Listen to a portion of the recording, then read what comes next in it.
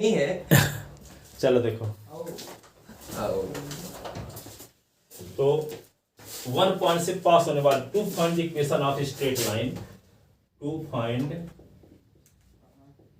The equation of straight line, to find the equation of straight line passes through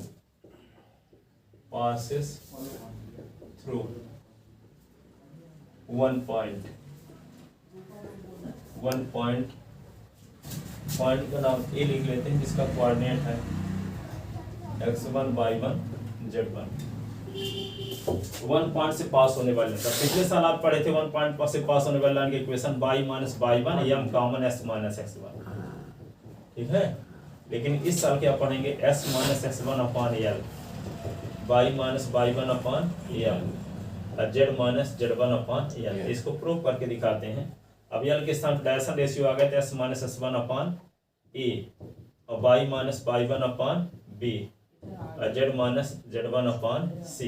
यहाँ line की direction cosine थी, यहाँ abc direction ratio है, direction ratio, ठीक है। अब यहाँ पे देखो, एक स्ट्रेट लाइन बनाते हैं इस प्रकार की, एक्स है, ये वाई है, आइए जेड एक्सिस यहाँ बना लिया अपनी सुविधा के अनुसार। यहाँ एक पॉइंट है ए, जहाँ से लाइन पास होती है, इसका कोऑर्डिनेट है s1 y1 z1, ठीक है। तो इस पॉइंट से पास होने वाली लाइन की इक्वेशन निकालना है। तो इसको लाइन की इक्वेशन निकालने के लिए थोड़ा सा डायग्राम इस प्रकार से बना लेते हैं, ताकि अच्छे से डायग्राम ये हो जाएगा कि जिसका कोऑर्डिनेट है x1 y1 z1। एक पॉइंट अपनी इच्छा से लेते हैं p s y z line की इक्वेशन निकालने के लिए। ये हो गया x। अब यहाँ से a से इसमें परपेंडिकुलर ड्रा करते हैं x एक्सिस में। अब इसमें परपेंडिकुलर जब ड्रा कर दिए तो यहाँ से यहाँ तक की डिस्टेंस क्या होगी, ओ ए इज इक्वल टू s1 होगा, और यहाँ से यहाँ तक की डिस्टेंस pm, ये होगा x, तो ये x1 हुआ, ये x, तो ये वाली डिस्टेंस क्या होगी, x माइनस x1, ये वाली डिस्टेंस होगी ना। जब यहाँ से यहाँ तक की डिस्टेंस x है, यहाँ से यहाँ तक की डिस्टेंस s1 है, तो क्या होगा x माइनस x1। ये वाली डिस्टेंस क्या है, ये वाली डिस्टेंस है y1, ठीक है, और ये वाली डिस्टेंस क्या है, y है। तो जब यहाँ से परपेंडिकुलर ड्रा कर दोगे तो यहाँ पे एक पॉइंट मिला, इसका नाम रख लिए C। तो यहाँ A से P तक, A से A, ये क्या है, ये क्या A डैश है, मान लो, ये कि B लिख ले, AN लिख लेते हैं, ठीक है, यहाँ पे PM, ठीक है। तो AM, तो यहाँ से यहाँ तक की डिस्टेंस x1 होगी, यहाँ से तक डिस्टेंस x होगी, तो ये डिस्टेंस क्या हो गई, AN y1, तो CM भी y1 होगी, ये डिस्टेंस की इक्वल होगी। तो ये डिस्टेंस क्या होगी y1, और ये पूरी डिस्टेंस क्या हुई y, ये पूरी डिस्टेंस क्या हुई यहाँ से यहाँ तक, क्योंकि इसका कोऑर्डिनेट psy है। यहाँ पे ये वाली डिस्टेंस, ये यहाँ से यहाँ तक डिस्टेंस s होगी, ये वाली डिस्टेंस क्या होगी y, ये y हुई। अब देखो पूरी डिस्टेंस y है, ये डिस्टेंस y1 है, तो ये वाली डिस्टेंस क्या होगी, y माइनस y1, ठीक है। अब देखो यहाँ पे ये लाइन मान लेते हैं जो एक पॉइंट से होकर जाती है, ये x एक्सिस के साथ एंगल बनाती है, तो ये x एक्सिस की नेगेटिव डायरेक्शन हुई कि नहीं है, ये इसको बोलेंगे s डैश। तो ये जहाँ पे काटती है, तो मान लेते हैं कि लाइन x एक्सिस के साथ एंगल अल्फा बनाती है, क्या बनाती है, और यही लाइन y एक्सिस के साथ बीटा बनाती है, मान कर चलती है, लिख रहे हैं, दिखा नहीं रहे हैं, ठीक है। यही लाइन y एक्सिस के साथ यहाँ बीटा बनाती है, एंगल क्या बनाती है, बीटा। यही लाइन जेड एक्सिस के साथ एंगल गामा बनाती है, ठीक है। विजुलाइज करेंगे, दिखाएंगे नहीं, ठीक है। अब देखो यहाँ पे ये अल्फा है, तो ये जानते हो कि ये दोनों परपेंडिकुलर लाइन है, यहाँ 90 डिग्री का एंगल बन रहा है, यहाँ भी 90 डिग्री का एंगल है, ठीक है। तो करेस्पॉन्डिंग एंगल इक्वल, तो लाइन क्या होगी, पैरेलल होगी। जब दो पैरेलल लाइन को कोई ट्रांसवर्सल लाइन काटती है तो करेस्पॉन्डिंग एंगल इक्वल होते हैं। ये अल्फा है, ये भी क्या होगा, अल्फा। जब ये अल्फा हो जाएगा तो ये राइट ट्रायंगल हुआ, तो राइट ट्रायंगल में क्या होगा, cos अल्फा का क्या फार्मूला होता है, बेस अपॉन हाइपोटेनस, तो हाइपोटेनस यहाँ पे AP है, जिसको हम R मान लेते हैं, क्या मान लेते हैं, R। ठीक है। अब यहाँ ये वाली डिस्टेंस x माइनस x1 ये भी क्या होगा s माइनस s1 तक cos alpha is equal to base यहाँ क्या है AC और हाइपोटेनस क्या है AP, क्या है AP। तो cos alpha is equal to AC के स्थान पे क्या लिख दें, AC के स्थान पे क्या लिख दें s माइनस s1 और AP के स्थान पे क्या लिख दें r। तो cos अल्फा किससे डिनोट करते हैं, यल से। किससे डिनोट करते हैं, यल से। तो यहाँ पे s minus s1 upon r, तो क्रॉस मल्टीप्लिकेशन करो तो क्या होगा यल r इज इक्वल टू होगा s माइनस s1। तो r इज इक्वल टू क्या होगा s माइनस s1 अपॉन यल। इसी प्रकार क्या मिलेगा यम r इज इक्वल टू मिलेगा y माइनस y1। तो यहाँ पे r इज इक्वल टू क्या आएगा y माइनस y1 अपॉन यम। इसी प्रकार मिलेगा N r is equal to z minus z1 मिलेगा। तो यहाँ पे क्या r इज इक्वल टू क्या लिख देंगे z माइनस z1 अपॉन यन। ठीक है। अब r की वैल्यू तीनों है, ये इक्वेशन मान लो a है और ये इक्वेशन क्या है b है और ये इक्वेशन c। तो r की value s minus s1 upon l भी है, r की value y minus y1 upon m भी है और r की value z minus z1 upon l भी है। तो from equation a b c तीनों इक्वल नहीं हो गए, तीनों की वैल्यू r है। इसका मतलब क्या हुआ s minus s1 upon l y minus y1 upon m और z minus z1 upon n। तो 1 पॉइंट से पास होने वाला इक्वेशन आ गया s minus s1 upon l y minus y1 upon m और z minus z1 upon n। ठीक है। इसको ढंग से लिखे देते हैं ना, सेंस तो समझ में आ गया होगा। ठीक है। गिवन ए पॉइंट ए जिसका coordinate s1 y1 z1, to find the equation of straight line passes through the point a x1 y1 z1। ठीक है। टू फाइंड ये गिवन पॉइंट पहले वाला जो पॉइंट है एक्स वाई जेड है कि X one Y one Z one, कौन वाला x1 y1 z1 ऊपर है जो गिवन में है। हाँ x1 y1 z1 given a point s1 y1 z1 to find the equation of straight line passes through the point a x1 y1 z1। ठीक है। तो इसके प्रूफ में आते हैं।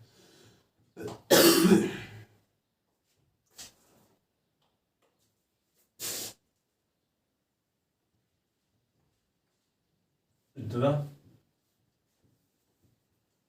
AM perpendicular to OX, PM perpendicular to OX, AC perpendicular to PM। ठीक है।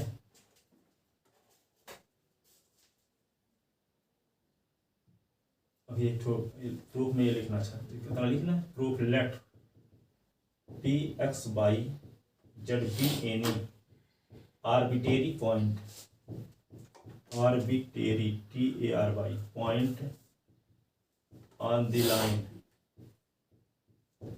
let PS by Z be any arbitrary point on the line, draw PM perpendicular to OX, AN perpendicular to OX और क्या AC perpendicular to PM, AC perpendicular to PM। clearly ON is equal to x1, OM is equal to x, OM is equal to x, NM is equal to होगा OM minus OM। NM is equal to OM क्या है x minus x1।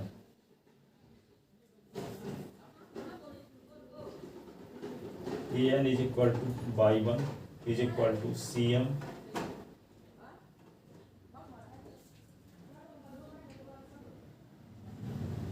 EM की length किसके equal होगी AC के equal होगी, AC के equal होगी। अब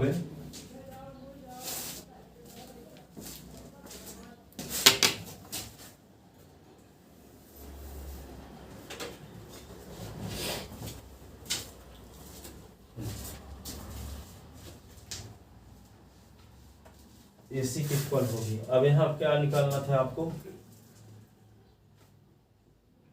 ये वाली लेंथ निकालेंगे PC।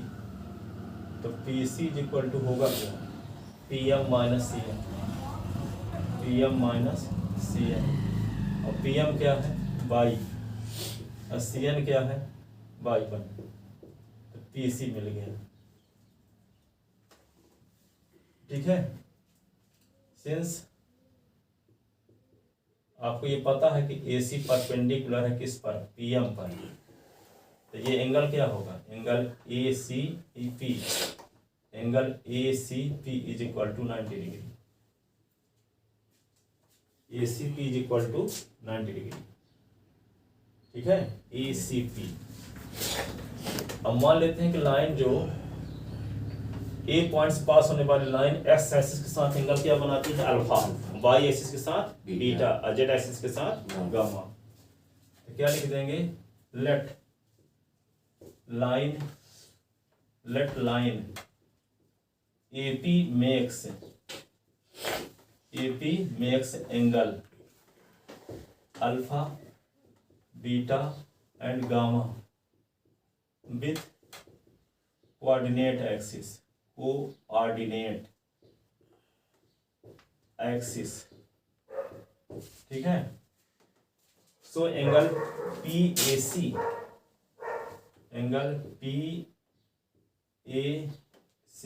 Is equal to angle PTX, ये T लिख दिया यहाँ, एंगल P और TX is equal to alpha. ये दोनों एंगल इक्वल होंगे, करस्पॉन्डिंग एंगल है। ठीक है, ये एंगल इस एंगल की इक्वल होगा। हम माने हैं कि ये लाइन X एक्सिस के साथ अल्फा एंगल बनाती है। जब ये अल्फा एंगल बनाती है तो ये भी एंगल अल्फा होगा, करस्पॉन्डिंग एंगल है। ठीक है, तो जब अल्फा एंगल है तो यहाँ पे क्या लिखोगे, in right triangle ACP, in right triangle ACP, right triangle ACP, ACP में क्या होगा, cos alpha is equal to base upon hypotenuse. तो cos अल्फा, तो बेस क्या है AC, हाइपोटेनस क्या है AB।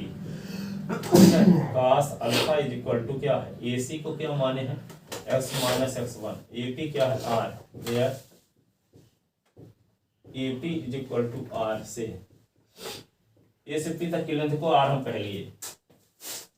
ठीक है, अब cos अल्फा किससे डिनोट करते हैं, L से, cos बीटा को M से, cos गामा को L से, डायरेक्शन कोसाइन। तो cos alpha, cos beta, cos gamma. तो यहाँ पे L इज इक्वल टू, यहाँ पे x minus x1 upon R, क्योंकि आपको पता है कि L M N बराबर क्या होता है, cos alpha, cos beta, cos gamma. ठीक है, अब इसको क्या कर रहे हैं, इसके नीचे 1 लिख लो, क्रॉस मल्टीप्लिकेशन। तो L R is equal to S minus x1। तो R इज इक्वल टू क्या होगा, S minus x1 upon L। Equation हो गया A, इक्वेशन A। सिमिलरली क्या लिख लोगे, सबके लिए इसी प्रकार अब लिख दो डायरेक्ट। सिमिलरली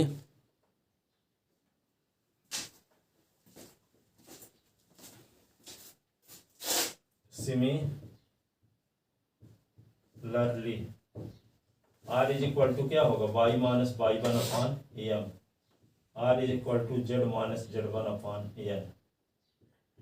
ये होगा इक्वेशन B और ये इक्वेशन होगा C। From equation A, B and C we get, इधर लिख देगा दो लाइन का, from equation A, B and C, from equation A, B and C we get x minus x1 upon L, y minus y1 upon M, z minus z1 upon M, x minus x1 upon L, y minus, this is equation of required. This is equation of straight line passes through the point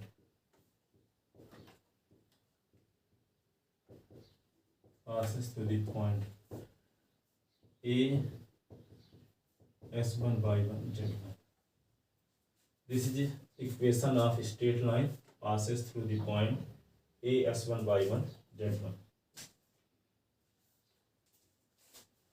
But we know that इसका नाम equation क्या रख लें, first, ठीक है. But we know that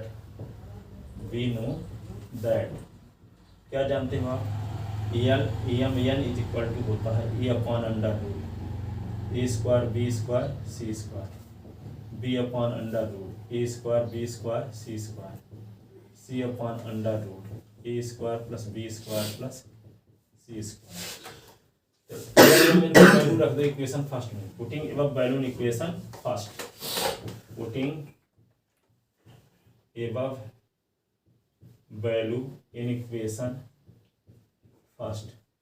तो क्या होगा, X minus X one upon ए के स्थान पे क्या लिखेंगे, A upon under root A square plus B square plus C square, Y minus Y one upon B upon under root A square plus B square plus C square, Z minus Z one upon C upon under root A square plus B square plus C square.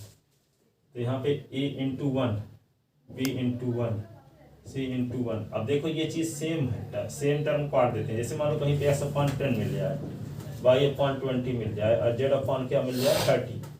तो ये 10 से काट सकते हैं तीनों को, 10 से कम 10, 10 दूना 20, 10 तिहाई 30. एक ही नंबर को हटा देंगे सबसे. यानी एक्स को लिख सकते हैं 1 इंटू 10, वाई को लिख सकते हैं 2 इंटू 10 और जेड को लिख सकते हैं 3 इंटू 10. तो तीनों में जो है उसको हटा देते हैं, वही काटना हुआ. तीनों में जो हो उसको हटा देना ही क्या कहलाएगा, काटना हुआ. तो एक्स अपॉन 1 लिख देते हैं, वाई अपॉन 2 लिख देते हैं, जेड अपॉन 3 लिख देते हैं. इसका मतलब जो तीनों में उसको हटा दिए या 10 से काट दिए, ऐसे भी बोल सकते हो, ठीक है. तो यहाँ पे देखो तीनों में क्या है, 1 upon under root A square B square C square सब में है, तो उसी से काट देंगे, उसी से काट देंगे, नहीं उसी को हटा देंगे. तो बचेगा क्या, S minus S one upon A, Y minus Y one upon B, Z minus Z one upon C. जबकि ए बी सी क्या है, उस लाइन के डायरेक्शन रेशियो है जिसकी direction cosine L M N है. यदि डायरेक्शन कोसाइन के फॉर्म में लिखना है तो एल एम एन लिखेंगे, डायरेक्शन रेशियो के फॉर्म में लिखना है तो ए बी सी लिखेंगे, ठीक है. इसी को हम अब क्या लिख सकते हैं, X minus X one upon A और Y minus Y one upon B, Z minus Z one upon C.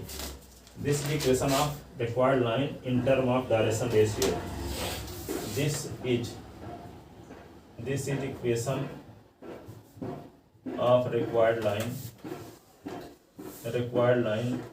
in term of direction ratio. This is the equation of required line in term of direction ratio. ठीक है, इसको लिखो जल्दी से. ये में पहुंच रहे हो, देखते हैं थोड़ा सा. वो शिवम सो गया होगा, पढ़ने के लिए बोल जाते हैं तो पता चला सो जाता है.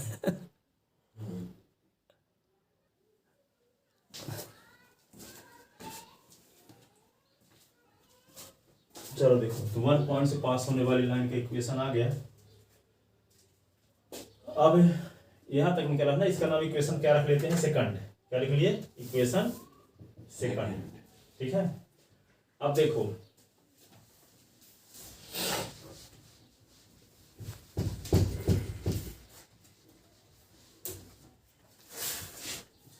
To find the equation of line, to find the equation of straight line passes through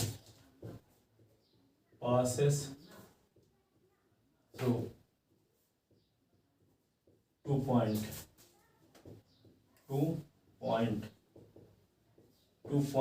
A x1 y1 z1 and B s2 y2 z2. To find the equation of straight line passes through 2 point. ठीक है। जैसे वहां पे linear programming का question नहीं किए थे, linear programme का कई बार नहीं किए थे ना, कौन सा? मैक्सिमम वैल्यू जहाँ निकालना है।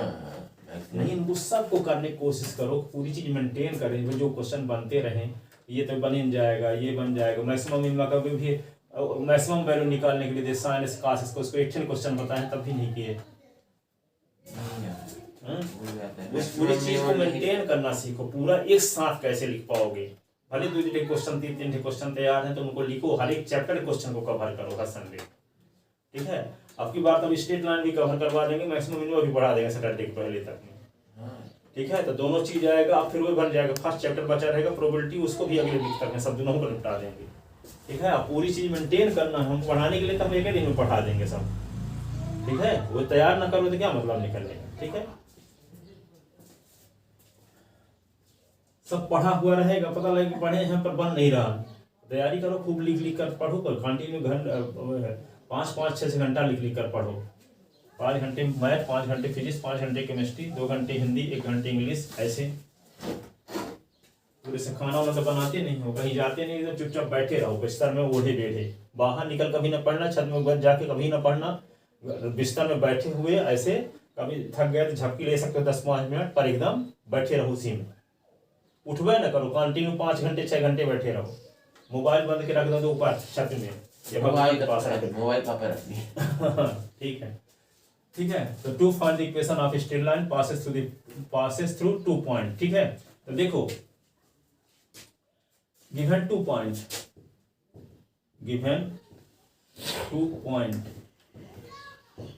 एक है ए जिसका कोऑर्डिनेट x1 y1 z1, दूसरा है बी जिसका coordinate s2 y2 z2। Number पूछे क्या पापा? नंबर पूछे कि नहीं पूछे? पूछे कि इस बार कैसे हो गया, पीछे से तो अच्छा आया, फिर नंबर नहीं पूछे कि हो गया, पता ही चल जाएगा। अब देखिएगा, हम कहा कहीं अब इन्हें से बता दूंगा कि मेरा तो ही नया साल बर्बाद हो जाएगा। सुनाने लग जाते। गिवन 2 पॉइंट्स, ये है ए और दूसरा है B. Given 2 point, then we have to find the equation of line, straight line A B, ठीक है।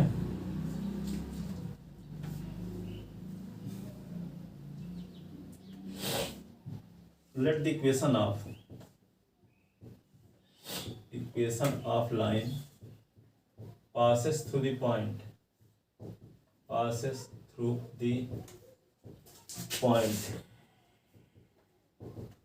A x1 y1 z1 b, x minus x1 upon a, y minus y1 upon b, z minus z1 upon c। 1 point से pass होने वाली line की equation अभी निकाले। Where a b c is equal to direction ratio of line a b। तो a b c, तो direction ratio A B का कैसे निकालते हैं जब 2 पॉइंट दिए गए हों? x2 minus x1 y2 minus y1 z2 minus z1, यहाँ लिख दो x2 minus x1 y2 minus y1 z2 minus z1। Putting the value of ABC in equation first, putting the value of ABC in equation first, तो क्या होगा? x minus x1 upon x2 minus x1, y minus y1 upon y2 minus y1, z minus z1 upon z2 minus z1। ये हाँ यही है, this is equation of required line, this is equation of required line. तो एक word में answer लिखने के लिए आता है, right the equation of line passes through 2 point, तो ये लिख दोगे s minus s1 upon s2 और माइनस 1 पॉइंट से रहेगा 1 पॉइंट से तो ये वाला, ये वाला, ठीक है। अब देखो to find the angle between two straight line, कितने टाइम हो गया? अभी टाइम होगा। To find the angle between two straight line 49 है। एक तो क्वेश्चन बता देते हैं, find the equation of line, find the equation of line passes through the point 1 2 3 and 1 2 3 and 2 3 4 2 3 4। तो यहाँ पे क्या है, गिवन 2 पॉइंट, गिवन 2 पॉइंट्स, एक है ए जिस x1 y1 z1, इसका कोऑर्डिनेट क्या है 1 2 3, और B x2 y2 z2 2 3 4। To find the equation of straight line, to find the equation of straight line, 2 point वाला फॉर्मूला लगेगा ना? हाँ, straight line, to find the equation of straight line passes through the point, passes through the point A and B, A and B।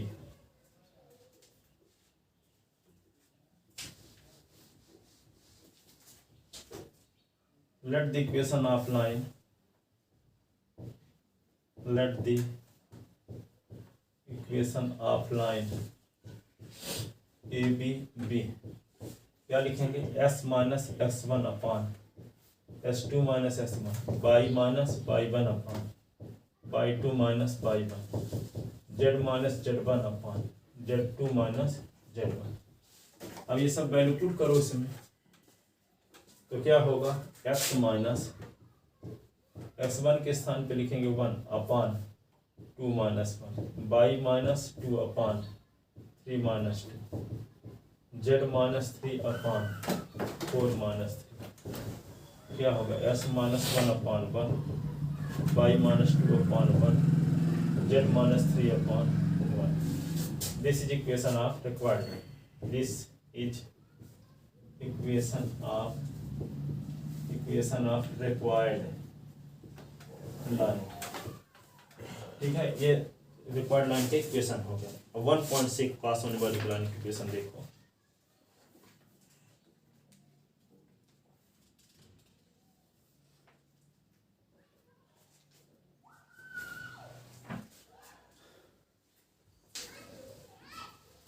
find the equation of straight line, find the equation of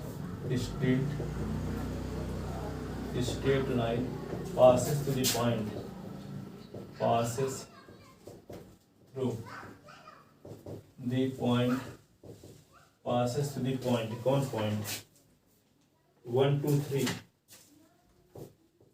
1 2 3 having direction ratio,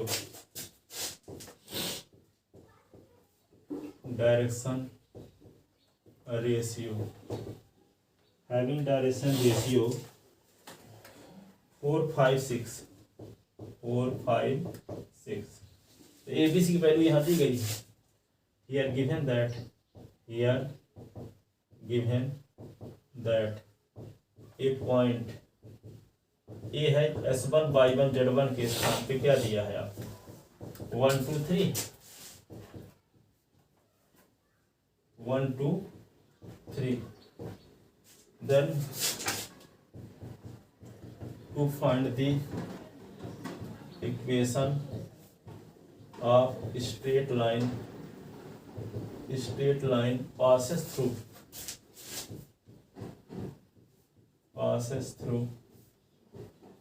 the point, passes to the point A whose direction ratio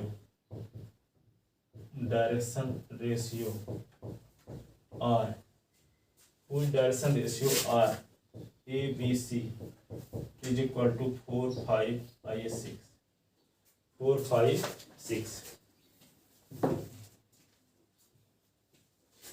तो जानते हो 1 point से pass होने वाली line की equation क्या होता है? x minus S one upon A, Y minus Y one upon B, Z minus Z one upon C. तो let the equation of line, equation of line क्या? x minus X one upon A, Y minus Y one upon B, Z minus Z one upon C. x1 के स्थान पे क्या दिया है? 1 2 3। तो x minus one upon ए की value क्या है? 4, वाई माइनस 2 अपॉन बी की वैल्यू क्या है? 5 और जेड माइनस 3 अपॉन सी की वैल्यू क्या है? 6। This is equation of required line, this is equation of required line, this is equation of required line, this is equation of required line.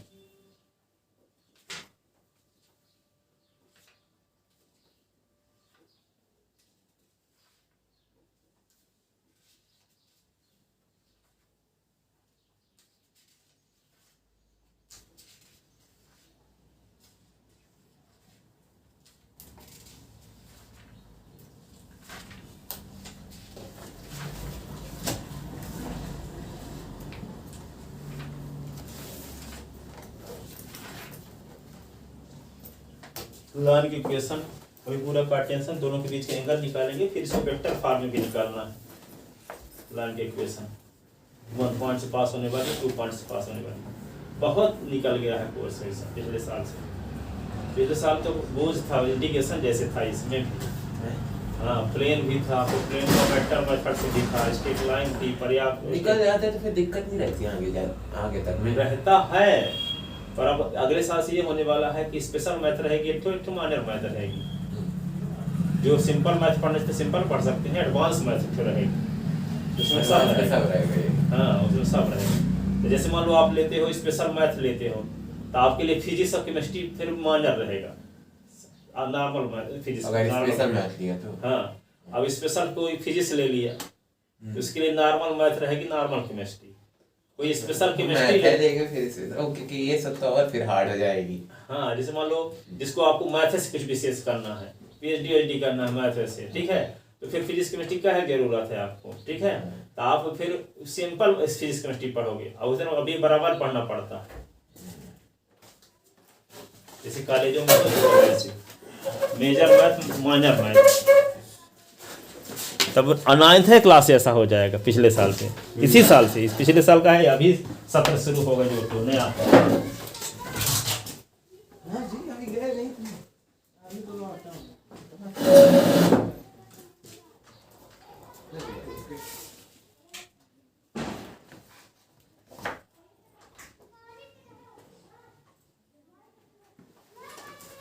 ये copy किसकी है? पता नहीं, आपकी है?